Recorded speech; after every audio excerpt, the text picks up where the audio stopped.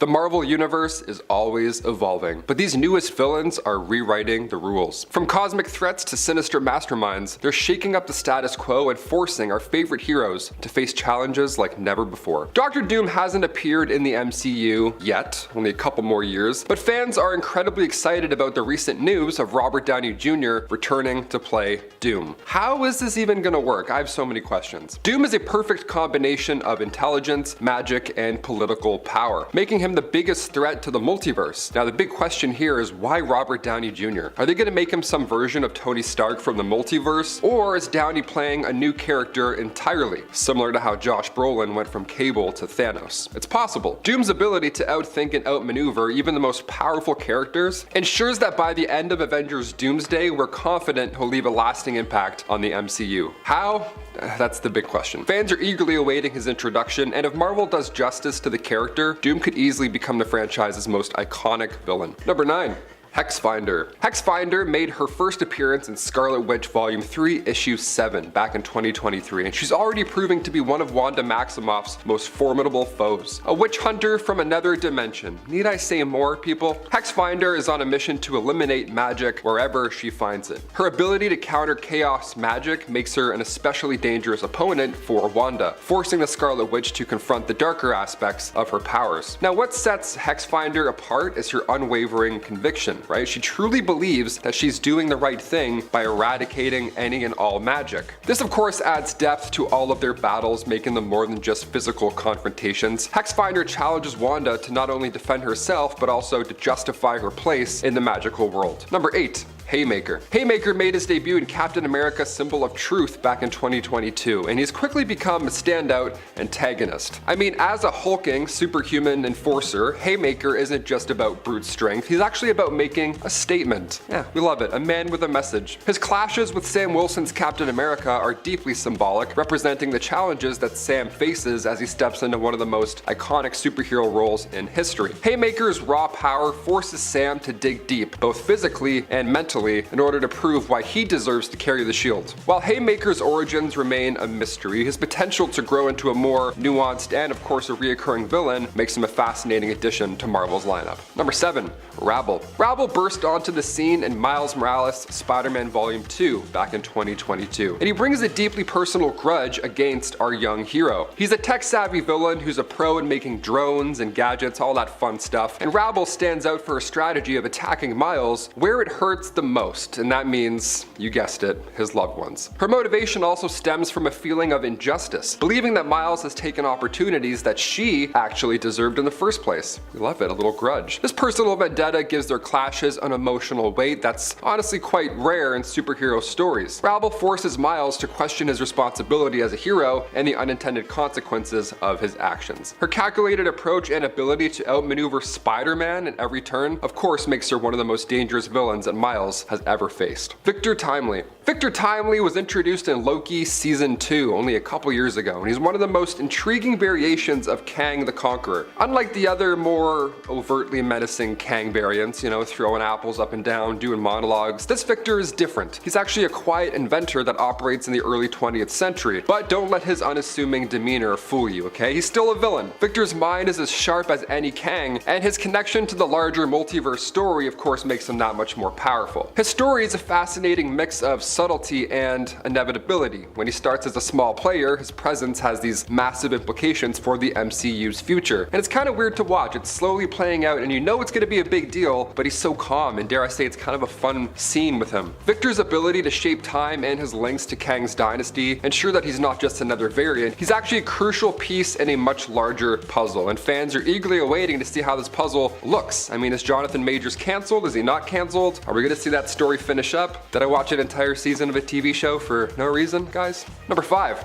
Samurai Venom. Takemoto Tatsuya was introduced in Venomverse in 2023, and it's one of the most unique hosts that the Venom symbiote has ever bonded with. As a skilled samurai, how cool, Takemoto brings his disciplined, honorable approach to wielding the symbiote's chaotic powers. This dynamic of course creates a fascinating tension between Venom's wild tendencies and Takemoto's controlled strategic mindset. It's fun to read. Unlike many hosts who struggle to contain the symbiote's influence, Takemoto uses his training to maintain a balance, making him honestly a precise force on the battlefield. It's actually quite terrifying. His story blends ancient Japanese traditions with the alien power of the symbiote, offering a fresh perspective on what Venom can truly become. Takemoto's potential for growth as both a character and a rival to other Marvel heroes is immense, and fans are eager to see where his journey will take him, hopefully to the big screen. Number 4. The Ashen Combine. The Ashen Combine is a terrifying group of cosmic villains introduced in Avengers Volume 8. This happened during Jed McKay's run. Now each member embodies a unique aspect of destruction, such as Idol,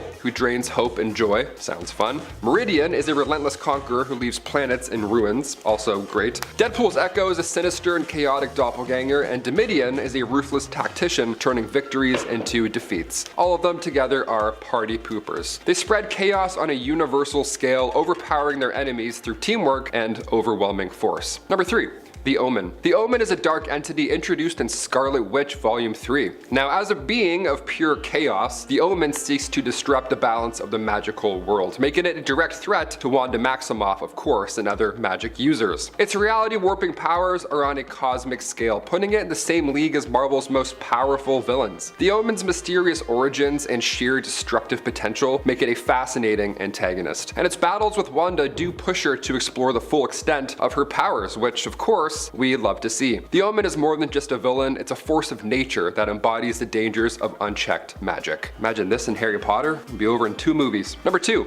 Null. Null, the god of the symbiotes, was introduced in Venom Volume 4 back in 2020, and they quickly became one of Marvel's most terrifying cosmic villains. Now, as the creator of the symbiotes, what a brag, Null wields unimaginable power and commands legions of symbiote soldiers. His arrival during the King in Black event plunged the Marvel Universe into darkness and forcing Earth's heroes to unite against this seemingly unstoppable foe. Null's ancient connection to the symbiotes and his role in shaping their history makes him one of the most compelling villains in recent Marvel history. Again, I hope we see this guy on the big screen. We thought we were for a bit there in Venom, and they teased it and then it never happened. Classic. Number 1. The Maker. The Maker is Reed Richards from the Ultimate Universe, aka Earth 1610, but of course with a darker twist. Unlike his heroic Earth 616 counterpart, the Maker is a genius whose quest for knowledge turned into this lust for power. After surviving the collapse of his universe, he now manipulates reality for his own gain. Now, the Maker's intellect is terrifying. He's outsmarted heroes like Spider-Man and the Avengers, crafting all this gear and making all these schemes that challenge the fabric of reality. His obsession with perfection often includes cruel experiments and cold calculations, making him a dangerous adversary to pretty much everyone. Recent events like his role in the Venom comics and the multiverse storylines hint that the Maker's plans are far from over. His unique connection to Reed Richards and the multiverse make him a villain with endless potential for chaos, and that's why I had to include the Maker on this list. I feel like the Maker will have an appearance in the MCU in the next couple years. I'm calling it right now, the Maker is going to be in Secret Wars. You heard it here first. Number 10. Luminous. Luminous was actually a pretty cool new villain who seemed to really only be used for one story arc. She was one of the only cool things really to come out of the realization that Wanda and Pietro Maximoff were not actually Magneto's children as we'd been led to believe for years. In fact, they weren't even mutants. They were the product of the High Evolutionaries' experimentation, which fit more in line with their origins in the MCU, which I guess is why we changed that. No, I'm not mad about it. Not at all. It turns out the High Evolutionary had also used their genetic material to create a sister for them both, known as Luminous. She possessed both the chaos magic, reality warping powers of Scarlet Witch, as well as the super speed of Quicksilver, and was originally ordered by her father, the High Evolutionary, to kill her genetic siblings. She tried real hard. Number 9. Pets of Evil Masters. While the Pets of Evil Masters might not be the most impactful villains around, they are definitely some of the most adorable. These villains obviously seek to thwart the Pet Avengers, the pets of Earth's most mightiest heroes. Like their heroic opponents, the Pets of Evil Masters are exactly what they sound like, the pets of some of the most vile villains in the Marvel Universe. They are led by Doctor Doom's pet Vulture, Vulture Von Doom, and include Thori, Loki's Hellhound, and Bitey McSpidey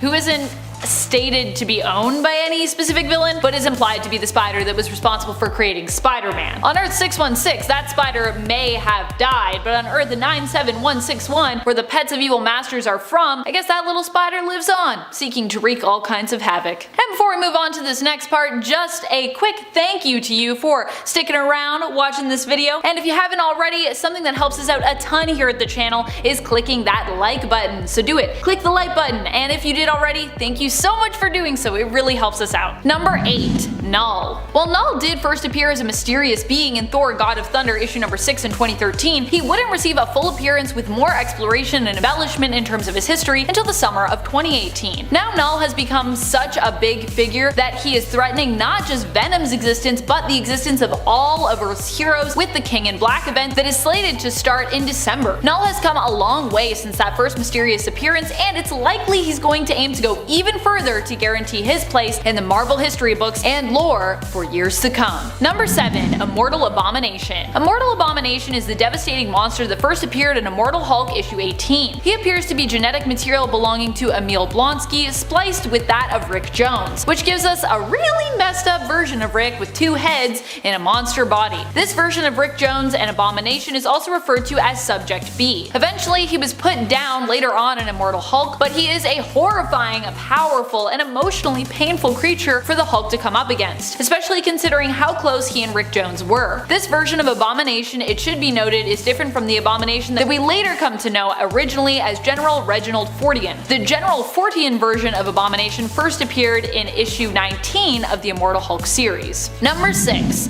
Ultimatum. Ultimatum is basically Dark Miles Morales from Earth 616. He grew up as part of the Rigoletto crime family and later in his life ended up serving time in prison in place of his cousin. Although Miles Morales, aka Spider-Man, has basically been moved to the Prime Universe of Earth 616 and made it his new home, following the destruction of his original universe, the Ultimate Universe of Earth 1610 and the Incursions, there was another Miles Morales who originally was from the main continuity, from Earth 616. We'll call him 616 Miles Morales, try to make this less confusing for you. That Miles Morales of Earth 616 became a villain, working in league with Kingpin aka Wilson Fisk. 616 Miles has a scarred face and ends up becoming the villain known as Ultimatum. 616 Miles actually took that villain alias of Ultimatum and was planning on trying to send 1610 Miles, Spider-Man, back to his original universe and take over Brooklyn in the ongoing comic series Miles Morales Spider-Man. He was momentarily stopped, however, by Spider-Man himself and Prowler, who escaped his clutches. Miles versus Miles, who wins? Too many Miles! Just kidding, you can never have too many Miles Morales in my opinion. Number 5. Black Winter. Black Winter was actually an old villain sort of made new and shiny again. Originally we came to know this cosmic evil constant as the Creeping Plague, although I do like the name Black Winter better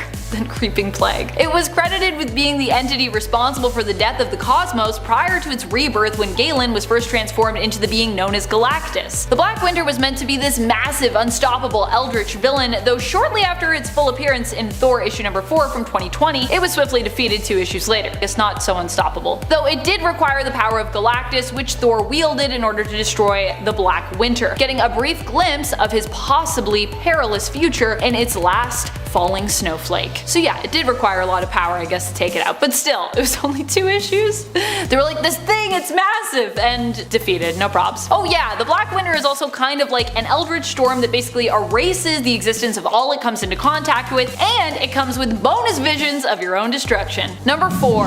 Xeno. Xeno is a mutant terrorist group who is composed of others from previous mutant hate groups. The idea is all those mutant hate groups have now unified like the mutants themselves, becoming this new group known as Xeno, which was written to be a play on the word xenophobia. Xeno managed to capture mutant Domino and use her skin to mask their own soldiers as mutants so that they could infiltrate Krakoa and massacre as many mutants as possible before the alarm sounded in the mutant nation. During their first appearance, they managed to assassinate mutant leader Charles Xavier. Though fortunately Charles was able to be resurrected following this instance, and Krakoa covered up the successful assassination to make it seem as though he was never killed in the first place. Cause you know, you can't let other world leaders know that your world leader was assassinated. That's it's not so good. Number 3. Mutant Trauma Support Group. The Mutant Trauma Support Group is a new group with an age-old message to deliver to all humans who hate mutants. You are not alone. The group offers support without judgment to those who have been wronged or felt like they have been wronged by mutants. They offer no judgment, only support. No hate speech or degrading comments are allowed in the community unless directed towards mutants. The group appears to have all their revenge missions and anti-mutant gatherings organized via an online community, possibly possibly via a social media channel or some kind of exclusive forum. They first appeared in 2020's Wolverine in issue number 4, where they targeted, you guessed it, Wolverine. Although they had their plans of vengeance cut short by an unexpected guest, it's likely that there are many more members of the group that we could run into in the future. Number 2. Annihilation. Annihilation is a dark god who possesses those who wear their golden mask. Whoever so possesses their mask is overtaken by the dark entity within it, and depending on their own strength, is often destroyed by the sheer power of the god and mask itself. It is believed to be the spirit of Amenth manifested, and is also linked to the control and rule over the Amenthi demons. Without anyone wearing the mask to rule them, the Amenthi demons are revealed to be destructive and reckless, destroying anything and everything they can get their hands on without any need for a reason. The shocking revelation of Annihilation's current true identity was recently revealed in the current X-Men run in issue 14. No spoilers for anyone who isn't caught up.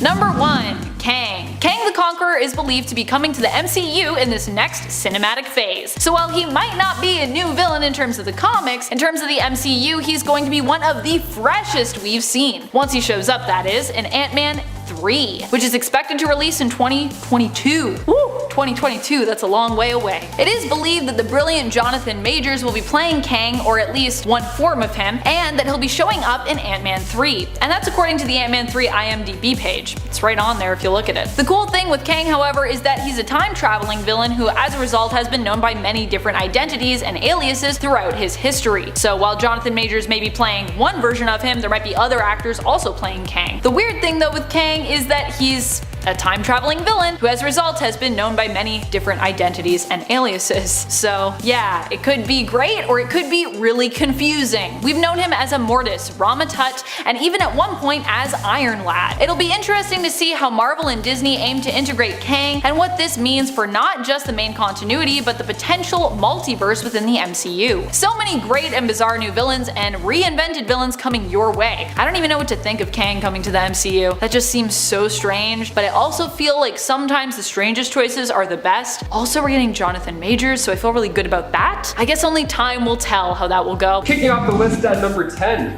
Dawn of the Dead. Making his first appearance in Taskmaster Volume 2, Issue 2. Okay, right off the bat, this guy rocks. I mean, look at this dude's style. Come on, he knows he's poppin'. He's a former SHIELD operative, and while he was a military advisor to the Mexican Armed Forces, he had met Taskmaster. Now after he had left SHIELD, he got this amazing new persona, Dawn, D-O-N, of the Dead, which is my new favorite name for any villain ever. That's it. He pretends to be Mexican and was elected a governor in Western Mexico. It was there that he was trained by Taskmaster, and now he's the leader of his very own cartel that focuses on methamphetamine. Nice. So this is a wild villain. Every panel of this guy is super flashy and very dramatic. Of course. He's also quite the performer. In his first issue, you see him addressing a crowd of Hannah Montana wannabes, saying that this is what real narcos sounds like. Again, the guy from SHIELD pretending to be Mexican.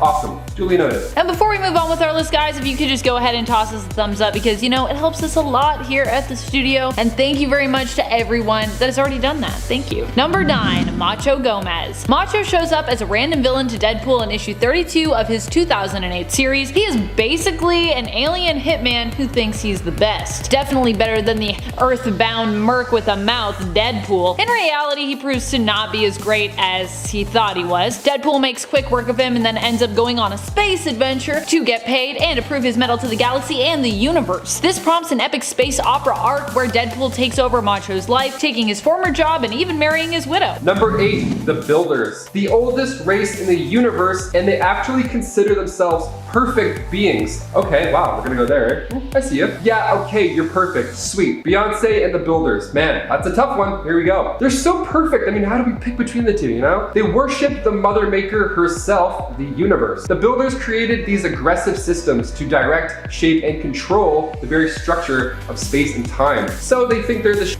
There are two types of builders, the creators and Bob the Builders. No, there's creators and then the engineers. They seeded worlds for billions of years and directed the evolution of civilization. I mean, I get it, you're cool, you're old, you think y'all are the best, you're not perfect though, okay? Spoiler alert, you look like bugs. Huh? You guys look like Ultron if he was covered in cow sh. Number 7. Hydra Supreme. Hydra Supreme was the name Captain America took when he became evil. He only became evil, of course, because Kobik, the cosmic cube in the form of a little girl, altered reality to make him a secret sleeper agent for Hydra throughout his history. Reality was then changed so that every action Captain America, Steve Rogers, had taken up to this point was all part of a long con to take over the United States of America after gaining their trust implicitly before revealing his true colors. Fortunately, the original Captain America still existed within the cosmic cube, or the shards of it, and once released was able to fight against and defeat his evil alternate reality counterpart. Woohoo!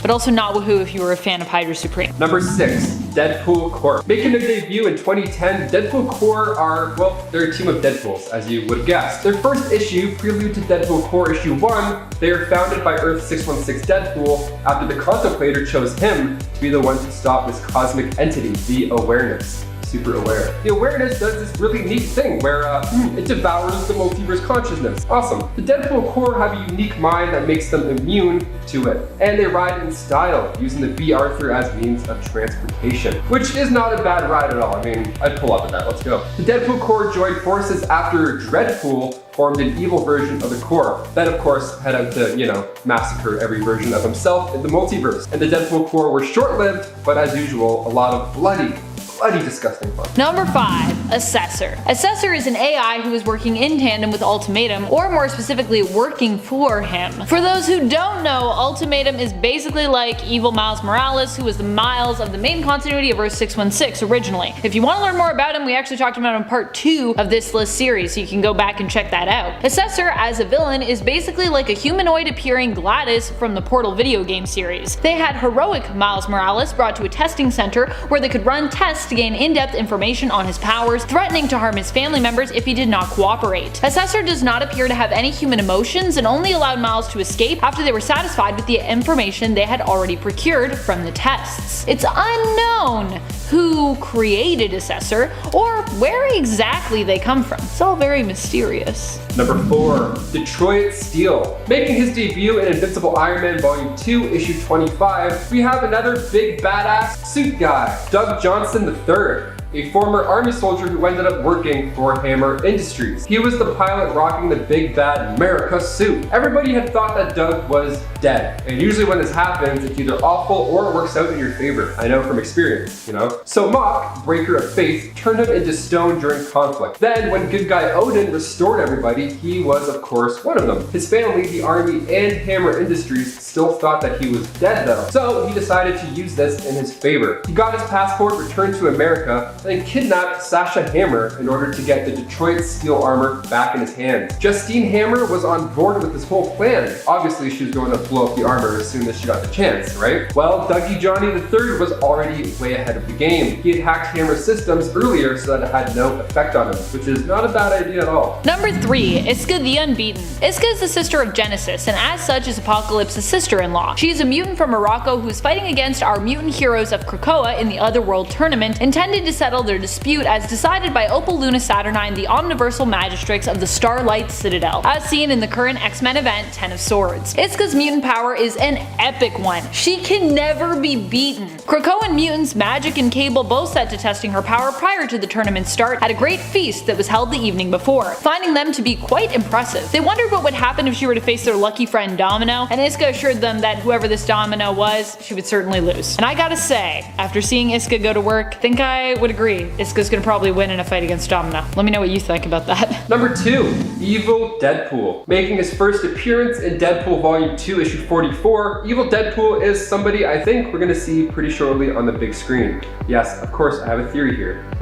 So the origins of Evil Deadpool are pretty wild. So Ella Whitby, who we all remember as the British psychiatrist who's obsessed with the loudmouth, but just how obsessed you ask? Well, I mean, she collects body parts from Wade Wilson and then leaves them in her freezer, right next to the ice packs and frozen pizzas, of course. So when Deadpool found this cool box of yuck, he tossed the parts in a dumpster. Now, Wade's healing factor is so good. How good is it, Taylor?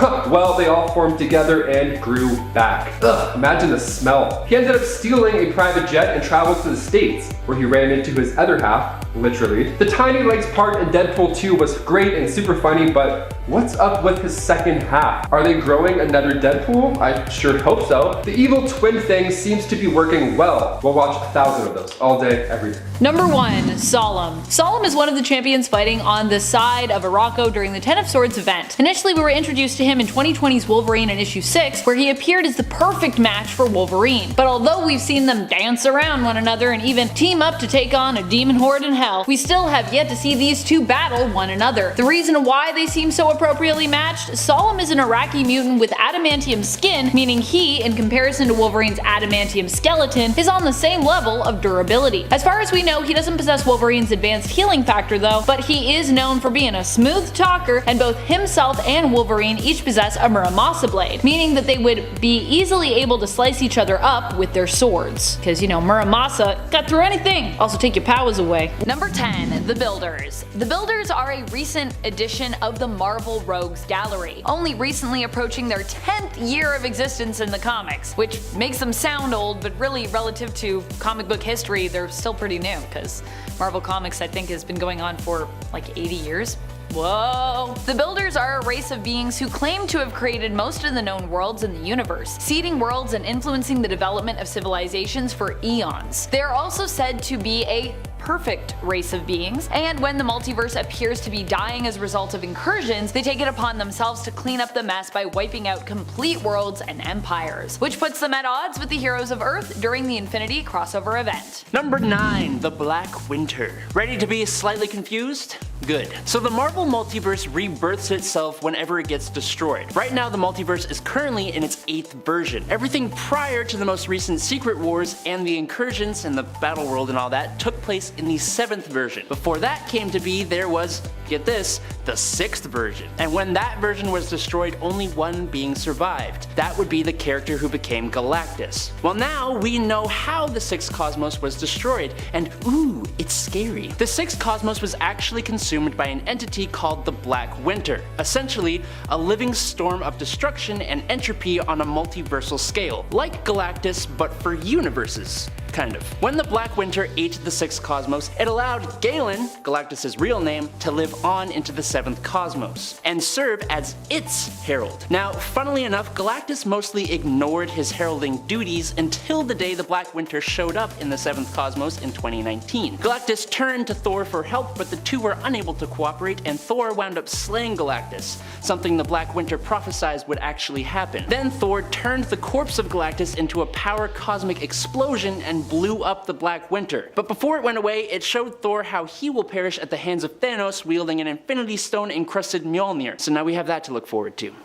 Number 8. Mr. Misery. Mr. Misery is a Doctor Strange villain that was actually created by Doctor Strange himself. Some people create their own villains. Oof. Some people are their own villains. Ah. Mr. Misery was a creature that embodied all the pain and misery that Strange had suffered from using magic during his time as Sorcerer Supreme. The beast was also commonly referred to as the Thing in the Cellar. At least, well, that's what it was originally referred to as. We'll get to that in a second. The Thing in the Cellar was released when all magic was threatened during the attack of the technological army known as Empirical. Mr. Misery is actually the name the creature took for itself after Doctor Strange was forced to reckon with it following its accidental release. Strange freed the creature by depositing his suffering and pain instead into the people that he had saved, dividing it up so that each only carried a small piece of it within them. These people were also willing to do so as they had been saved by Strange in the past. So they were like, yo, Strange is my guy, I'll take a little bit of pain for you, no problem. Even after being freed, Mr. Misery continued to crave the pain and suffering of others, which is, you know, why he took the name Mr. Misery and became a villain. Or they, it. It's kind of like a blob. Number 7. Hordeculture. Ever since I learned about this group, I will take any opportunity to talk about them. Hordeculture is a group of 4 older women between the ages of 64 to 81 who are all expert botanists. They are Augusta Bromes, Lily Lamus, Edith Scutch, and Opal Vedivere. And their goal is simple. Sort of. Essentially, they want to bring Earth back to a more pristine time. A time when it had about 7 billion less people on it. Yes, these ladies want to basically exterminate most of the Earth's human population and bring plants back to the forefront, and specifically flowers, which is kind of a lovely idea, sort of. This goal brings them into conflict with the X-Men in 2019's X-Men number 3, because the nation of Krakoa, that the mutants call home, have been mass producing these flowers with different bio and tech purposes, and these ladies would like to use them for their villainous goals. Beyond biological modifications believed to have been made to themselves, the women of Hordeculture are experts at manipulating the environment to suit their extinction agenda. And they're also computer programmers, selling software to the anti-mutant group Orcus to monitor Krakoan gateways. So, now you know. Number 6. Cordyceps Jones. Although he might not be as new as some of the other villains mentioned here, Cordyceps Jones is still a relatively new villain, if you've been out of comics for the last few years at least. He first appeared back in 2017 in Rocket issue number 4 and was created by Al Ewing and Adam Gorham. Cordyceps Jones is known for having a salacious reputation across the cosmos. He's a 30,000-year-old fungal parasite who, due to his longevity, has made an intergalactic fortune and is known for owning many successful casinos across the cosmos. Recently, he appeared in the X-Men series where he seems to be threatening the existence of Earth, setting up a bet for fun to see who can be the first to wipe it out. Cause you know, that's what you do when you're a rich fungal parasite and you've been around for too long. That's what happens, you're like, gotta make some bets. Number 5. The Sinister Adaptoid. Okay, so the Super Adaptoid ain't no kind of new villain either, but an Adaptoid that takes on the abilities and likeness of all the members of the Sinister Six, that's certainly something new. In Amazing Spider-Man number 6 from 2022, which also happens to mark Amazing Spider-Man number 900 in legacy numbering, a second and improved version of the Living Brain emerges as the story's primary antagonist on Peter Parker's birthday. His main goal? Trying to find out who Spider-Man is. To that end, he kidnapped all of Spider-Man's most frequently deadly foes, the Sinister Six, and created a super adaptoid with them. It's like 25 feet tall, strong, fast, zappy, honor-obsessed, eight-legged, mysterious, and it likes to quote some of the Six's lines. Spider-Man ends up having to team up with the captured Six villains to fight the Adaptoid, but it's actually the villains' inability to properly work together that makes the Adaptoid malfunction and destroy itself. It's kind of funny how that works. As for the Living Brain, he ends up switching sides when Spider-Man refuses to let the Six destroy it, and saves the day before revealing it actually already knows Peter's real name. Kinda weird. Number 4. Orcus. Orcus is the entire villainous organization that first appeared in House of X issue number 1, back when Dawn of X was just starting up and it was all fresh and new and we were like, a new mutant thing and it's so good, and now we're like, please don't ever end, but it's probably gonna end soon, so I'll just go into the closet and cry forever.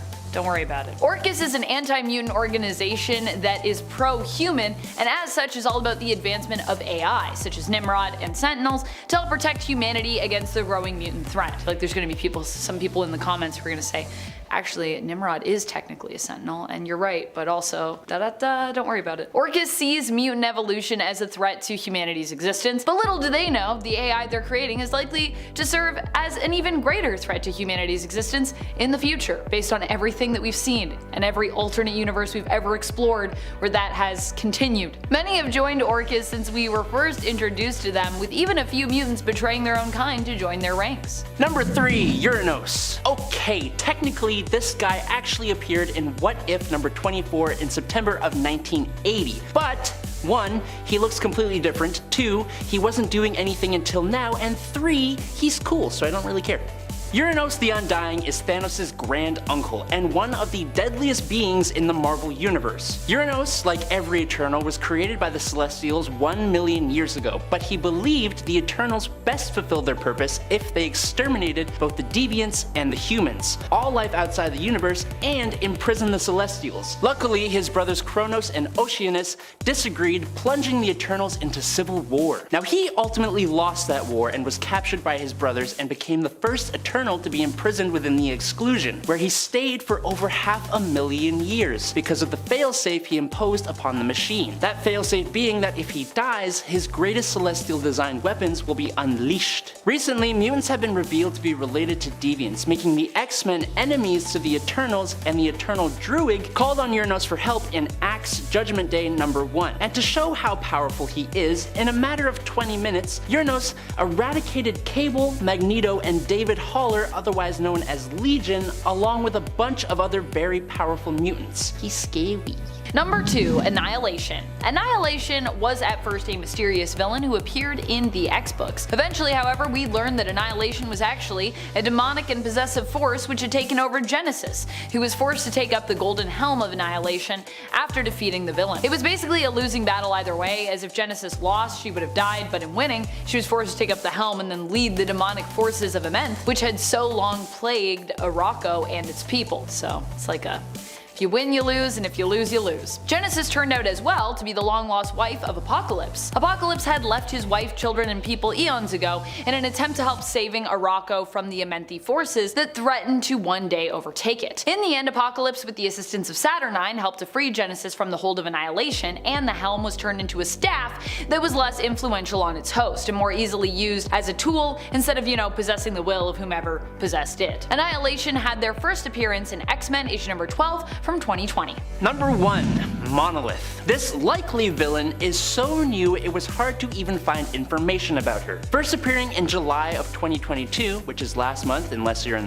the future, in Hulk number 9, Monolith is the very strong, big pink queen of Hulk Planet. Hulk Planet is set to be the title of the new Hulk story arc taking place after Hulk's whole Titan Hulk thing and the fight with Thor that just took place. The planet itself is situated right next to a gamma-emitting star, so if you haven't guessed yet, Hulk Planet is indeed a planet covered in Hulks. Banner, piloting the Starship Hulk, finds the Hulk planet while on a mission for isolation. Instead, he meets Monolith, who offers him a place among the other Gamma beings where Hulk can exist in peace. But of course, there seems to be more to Monolith than meets the eye, and we kind of just have to wait until we can find out more information. It is likely safe to assume that as the leader of a planet of Gamma mutates, Monolith is very strong and very powerful. Will Hulk find peace? That's not usually how it goes, but only time will tell. Coming in at number 10 is Doom's Mutants. Slag, Nerium, Volta, Ironcloak, and the Dreamer. 5 new mutants revealed to us for the first time in the 29th issue of the current Fall of X-Men run. But while the rest of the mutant population is scattered, imprisoned, in the White Hot Room, on Mars, or otherwise not having a very good time, these 5 mutants are sitting pretty in Latveria under the direction and protection of Dr. Victor Von Doom. This is Dr. Doom's mutant team, and they are very capable. A small group of X-Men, Wolverine, Shadowcat aka Kitty Pryde, and the newly revealed mutant Kamala Khan, Miss Marvel, went into Latveria to liberate these mutants, only to find themselves getting completely clobbered. The 2 twins, Dreamer and Ironcloak, can enter dreams and grant invulnerability, respectively. Volta can seemingly control potent amounts of electricity or lightning, and she directs and controls this with a vibranium spear, which he used to block and fry one of Wolverine's claw arms. Slag is a massive bruiser because every team's gotta have one, and essentially his skin is rock and his blood is magma, and he looks awesome. And last but not least is Nerium, who has 4 arms that are seemingly made of plant life that she can control, creating vines and healing and all that jazz. Now, we haven't seen these mutants at full power yet, and there are 2 that haven't been revealed to us yet, but they seemingly may be allies despite being allied with Dr. Doom, so we shall see. Number 9, Chakal. Switching over to the DC comic universe here, most people know Lobo. And if you don't, he's basically like Jason Momoa mixed with Gene Simmons from Kiss with the makeup and everything. He comes from a race known as the Zarnians, and these guys have extremely high levels of regeneration, being able to recover from just droplets of their own blood. Lobo himself is an extremely capable bounty hunter with strength on par with Superman, and he's effectively immortal. But for the longest time, he also believed himself to be the very last of the Zarnians. Well, in 2023's Superman Volume 6, issue number 7, it turns out there's a whole army of Zarnians led by one General Chakal. Chakal's army were so violent and psychotic that Zarnia had erased them from their own history books. They were somehow captured by Brainiac, who miniaturized them and imprisoned them in a bottle city where they promptly began fighting each other. Chakal eventually agreed for his people to serve as Brainiac's shock troops in exchange for their own freedom. Number 8, the Stark Sentinels. Now, it's safe to say that this entry isn't exactly a villain. It's more like the tool of a villain, or more specifically, an organization. As part of the Fall of X event that is going on right now in Marvel Comics, anti-mutant industrialist Fei Long embedded himself in Tony Stark/Iron Man's company Stark Unlimited, and essentially stole the company. He then secretly funneled its resources into the construction of new mutant hunting sentinels, which are based on the technology of the Iron Man armor, taking advantage of Tony Stark's recent divestment from the company. Now, first appearing in Invincible Iron Man Volume 5, Issue number 5 from April 2023, one of the first sentinels chased off Tony Stark in his own Iron Man armor, showing its power. Now later on, another sentinel was sent to New York City where it helped to contain a fire, only for the machine to target a firefighter who happened to also be a mutant. This brought the Sentinel into conflict with the X-Men, where it showed it was very capable but still fallible, as the mutant magic was able to cut it to pieces and Jean Grey was able to crush it. But now, with hundreds of these Sentinels running around and with Orchis having organized a brutal weakening of the mutant race, the Stark Sentinels pose a huge problem for the mutants. Number 7. Trav. Trav is one of many clones created by another new villain named Dominator X to be sold as living weapons. Now, like his teammates, the Cosmeteers, Trav's DNA was heavily modified from the baseline of his parent Daxamite species. However, while the genetic modification made his fellow Cosmeteers more powerful than a typical member of their species, Trav was born without any of the typical Daxamite powers, as Dominator X wanted to use him as a technopath, and the Daxamite weakness to lead would make him unsuitable for that role. Now, Trav was extremely bitter and resentful of being robbed of his powers, but he was also given extensive cyborg augmentation, including a bionic arm and a near-indestructible artificial spine containing his mind, which could move independently and possess another living being as a last resort if his own body was destroyed. Now, in Superboy the Man of Tomorrow, Superboy has teamed up with the Cosmeteers, and they are all attacked by Dominator X, who unleashes his ultimate clone weapon, Infinity, on the young heroes. But Trav, being the leader of the Cosmeteers, reveals that he has Dominator X's previous clones under his control, and he uses them to tear Infinity apart. But then, Trav reveals that he's been making clones of his own, and specifically a clone of Superboy himself, with all Superboy's strength but no personality or morals to guide it. He essentially made a giant living weapon for Trav, or whoever gains control of it, to use however they want. And that could be the beginning of a huge problem for the DC universe, and it's all thanks to Trav. Number 6. Tyrannos. Okay, so I may or may not be getting this correct, but the Elder God and Thor villain known as Tyrannos is a new and also not entirely new villain in Marvel Comics. His first actual appearance comes to us in Immortal Thor number 1 from August of 2023, when the Elder God travels to New York, because of course he does, and here Tyrannos reveals himself to be from Utgard, or Utgard, and to be the Utgard version of Thor. So, essentially, to explain this, Tyrannos was an Elder God who was formed during the formation of the Earth. So yeah, he's from a long time ago. He was sealed away in Utgard for thousands of years by his sister, Gaia, who used to be believed to be Thor's mom, but now it's the Phoenix Force. Anyways, Utgard is a place that is outside of reality, and it is a place that we have actually seen before. Utgard is the realm of those who sit above in shadow, essentially the gods of the gods. These guys are the ones that Thor probably upset when he was Rune King Thor and basically destroyed the cycle of Ragnarok.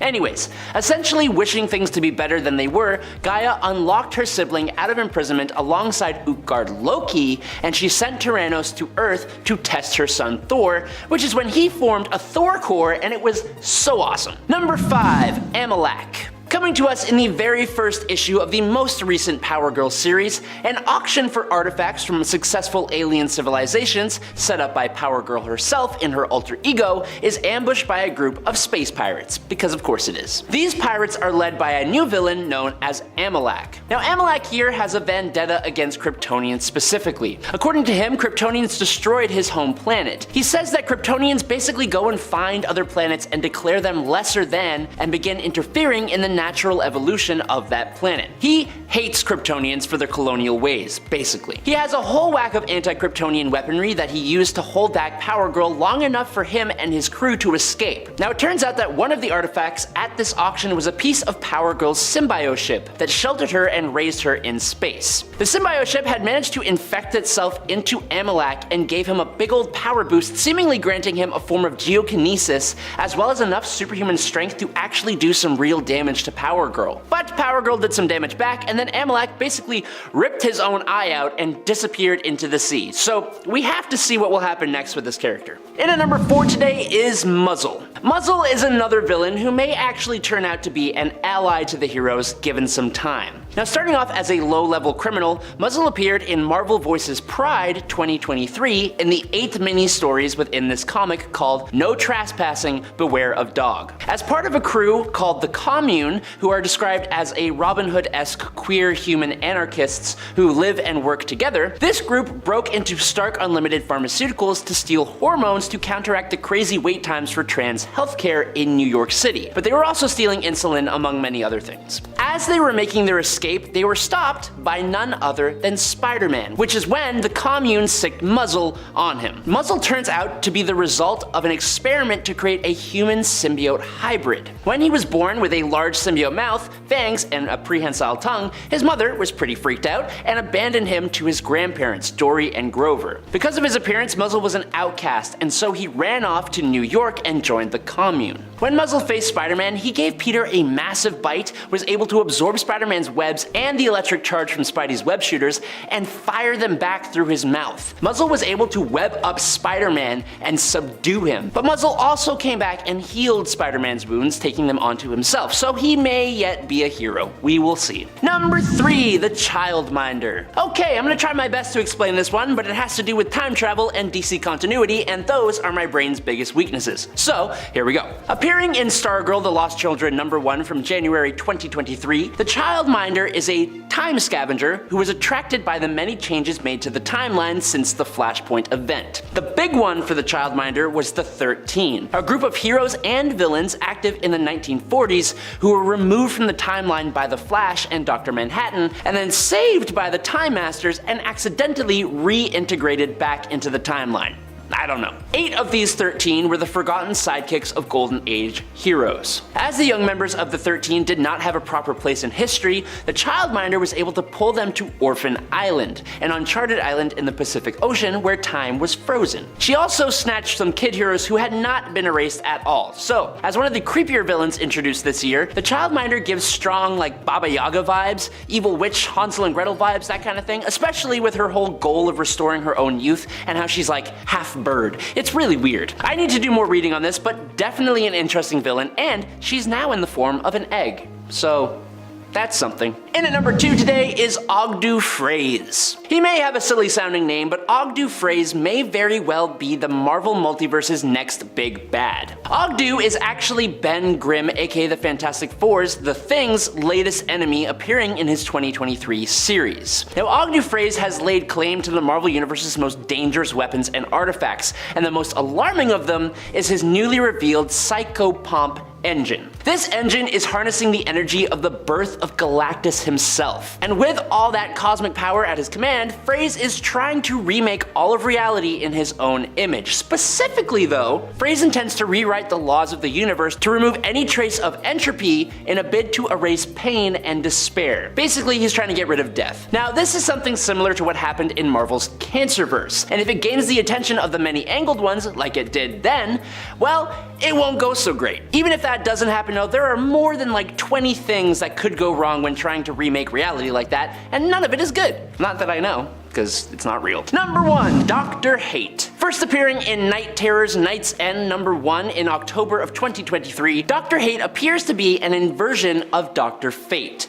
Where Dr. Fate is an agent of the Lords of Order, Hate is an agent of the Lords of Chaos. Now, we don't actually know who it is under the helmet of Hate, but whoever it was made a deal with Amanda Waller to be empowered as Dr. Hate using the Nightmare Stone and the helmet, which she had her operatives retrieve during the Lazarus Planet and Insomnia's assault on Earth. As Dr. Hate, his goal is basically to further the cause of the Lords of Chaos, but thanks to Amanda Waller granting this individual the power, she requires Dr. Hate's assistance in her own schemes. He has a vast level of magical power, especially chaos magic, giving him control over the Red that allowed him to repress Beast Boy's mind when he took on the form of Starro the Conqueror. He has dimensional travel abilities allowing him to enter and exit the kingdom at will, and as well as summoning, flight, teleportation, and telepathy, Hate can leave a mark of chaos in a person which infects them with supernatural spores that transform them into a monster and allow him to control them. Very cool. Number 10. Oblivion. Oblivion first made his appearance in Green Lantern New Guardians annual issue number 2. He was created after Kyle Rayner edited The Source. Oblivion embodies all of the darker emotions of Kyle Rayner, and he kind of has like a Venom vibe going on, which I dig. He ended up teleporting himself and Carol Ferris to Arizona, where he then created illusions of Rayner's friends and superhero colleagues. Rayner arrived and confronted Oblivion, urging him to fix the town in Arizona that he'd altered with illusions, but Oblivion of course refused. In the end, Kyle realized he had to merge with Oblivion in order to defeat him. However, his attempt to do so resulted in both Oblivion and himself becoming lost within the vastness of the Source. That's why you don't mess with the Source. Number 9. Red Tool. Red Tool made the cut because, while not a serious threat as a supervillain, he is just super entertaining. He's basically DC's ripoff of Marvel's Deadpool, who of course himself is a ripoff of DC's Deathstroke. Red Tool is a mercenary who fights solely with hardware tools and equipment. He was introduced in Harley Quinn's series and seems full-on obsessed with her there. He tattooed his phone number on her butt during their first meeting, wherein he also kidnapped her. Despite his obsession, however, and the two getting off on somewhat of the wrong foot, or maybe the odd foot really, the two eventually became good friends, with Red Tool's Wayne Wilkins even becoming a potential love interest for Harley. I also just love that all of his speech bubbles tend to be tools. It's cute. Bonus points for art. Number 8. The Inheritors. So I know not everyone loves the Inheritors as much as I do, but my love of Victorian style and vampires as well as alternate versions of Spidey meant that these villains, well, they were basically destined for me to love them. These energy vampires have plagued many different versions of spider people as they feed off of the energy of spider totems. The other awesome thing about them is they help to bring us Spider-Verse and Spider-Geddon, which ultimately led to the development of the film version Into the Spider-Verse. And without them, we also wouldn't have the Web Warriors or any of the Spider Army. So yeah, you might not agree that they're terrifying and awesome, but either way, you have to agree that they're kind of important in developing the Spider-Verse itself. So respect. There's gonna be so many people being like, Amanda just loves Twilight vampires or something in the comments. I don't. Just FYI, in case you're wondering. Number 7. Kindred. Kindred was a new Spider-Man villain who first fully appeared in Amazing Spider-Man Volume 5, Issue 5, after being mentioned many years ago in Friendly Neighborhood Spider-Man Issue 12. Not much has been revealed about the villain, which automatically makes them super intriguing to me. At first, it almost seemed like they could be an ally to Peter. Kindred was a human in life who was sent to hell and death and became a demon. They seem to have known Peter in life and affectionately referred to him as Pete. Kindred even kept an eye on MJ for Peter, but Peter had also had a vision of them harming her. Kindred later revealed that they had returned to get revenge on both Norman Osborn and Peter for causing pain to them in their life, but especially Norman. I mean, obviously it caused more pain. However, when they came upon Norman, he was not himself, he was stuck in his Cletus Cassidy persona, so Kindred spared him and simply inserted one of their centipedes into his brain through his ear to keep Osborn/Cletus from killing Spider-Man. Kindred's buying his time, waiting until, Norman Osborn is Norman Osborn again, which is fair, because he wants that revenge to be just on Norman Osborn, not this Cletus persona. Confusing. So all we know is that Kindred is vengeful and seems to have apparently mind-influencing centipedes. Number 6. Red Onslaught. Red Onslaught is a clone of the original Red Skull, Johannes Schmidt. This one managed to take things to a level of ridiculousness that even surprised me. We are talking soap opera levels here, people. Okay, here we go. After Professor X died, this Red Skull clone worked hard to get his hands on the dead telepath's brain. He gave himself a brain transplant, or at least a partial one, in order to harness Charles's old powers, because apparently that's how that works. This made Red Skull pretty powerful. He ended up using this power to turn Genosha into a concentration concentration camp for mutants and Inhumans alike, which obviously royally pissed off Magneto. Magneto, furious, attacked Red Skull, but decided not to use his powers and give him a cleaner death by killing him naturally, by smashing his skull with bricks, which, if we're talking about cleaning up after as in a cleaner death, that doesn't really sound that clean. This was overall a bad move as well, as it only unlocked a more powerful persona within Red Skull, known as Red Onslaught. The terror and hate that Red Onslaught unleashed set us up for the Axis event, as the only way to stop Red Onslaught was by Scarlet Witch flipping his psyche to give the small consciousness of Xavier that was still left in that brain more control. Number 5. Godspeed. This villain was introduced in Rebirth. August Hart was a witness to the event that gave Barry his speedster powers. He was also Barry's partner on the Force and was granted his own speedster powers as well, using them to get revenge on his brother's killers. When a Speedstorm granted multiple civilians speed powers as well, August joined Barry in rounding them up. What Barry didn't know at the time was that August was actually Godspeed, a villain who was tracking down civilians with speed powers and draining them of their speed energy to make himself more powerful, and thereby killing those he siphoned speed from. In fact, it's this power of harnessing other speed energy that made him so dangerous as a villain. Number 4. MODOK. Remember when Donald Trump made his way into the comic book world? He appeared in Spider-Gwen Annual No. 1 in 2016 on Spider-Gwen's home of alternate Earth 65, where he became that Earth's version of terrifying yet hilarious villain, MODOK. Pretty fitting, I think. Not only does MODOK, which stands for Mental Organism Designed as America's King, make the list because of how topical he is, but he also makes our cut because he was one of the last creations revealed by Stan Lee, who thought it was fitting that the villain be defeated by Earth 65 Captain America, aka Samantha Wilson, who is both female and a person of color. Although Lee was not responsible for the villain's creation, he definitely got a kick out of this one. MODOK was created by Jason Latour and Chris Visions. Number 3. Orcus. One of the biggest threats to mutant kind has recently appeared in the comics, although mutant leaders like X almost seem to be becoming somewhat eerily villainous themselves in a way. No side in the House of X series actually seems quite just, which I think is what I like so much about it. It all feels very gray area when it comes to the characters, despite the fact that their views are also very extreme. Still, if you are siding with the mutants, then Orcus is the enemy that we are talking about for this list. They are an organization comprised of many different agencies such as SHIELD, Strike, Sword, AIM, Armor, Hammer, Hydra, you know, just all the acronyms there. Oh, and Alpha Flight. Not an acronym, but still important. Their goal is to protect humanity from drastic events that could threaten the human population. One of their projects that we saw in House of X was the Mother Mold, a creation even more dangerous than a Master Mold. The Mother Mold learns and changes the mold of Sentinels it creates over time, learning as it creates and witnesses the outcome of those Sentinels it builds and sends out. While the X-Men defeated the Mother Mold, just the prospect of a team which is smart enough to build such tech is terrifying if you're a mutant. 3 Jokers. While we wait for this one to be released, these 3 mysterious villains gave us Batman fans one of the biggest gasp moments maybe ever. In Justice League issue 42 from 2015, when Batman asked the Mobius chair, which knows all, about the identity of the Joker, it gives him a strange answer, that there are actually 3 Jokers.